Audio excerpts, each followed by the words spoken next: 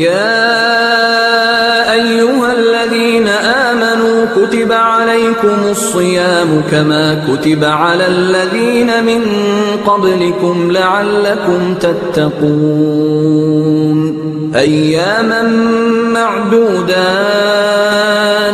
فمن كان منكم مريضا أو على سفر فعدة من أيام أخر وعلى الذين يطيقونه فدية طعام مسكين فمن تطوع خيرا فهو خير له وأن تصوموا خير لكم إن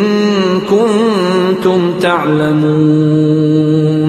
شهر رمضان الذي أنزل فيه القرآن هدى للناس وبينات من الهدى والفرقان فمن شهد منكم الشهر فليصمه ومن كان مريضا أو على سفر فعدة من أيام أخر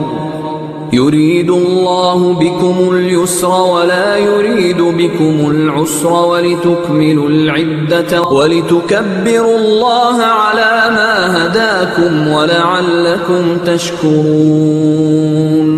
وإذا سألك عبادي عني فإني قريب أجيب دعوة الداع إذا دعان فليستجيبوا لي وليؤمنوا بي لعلهم يرشدون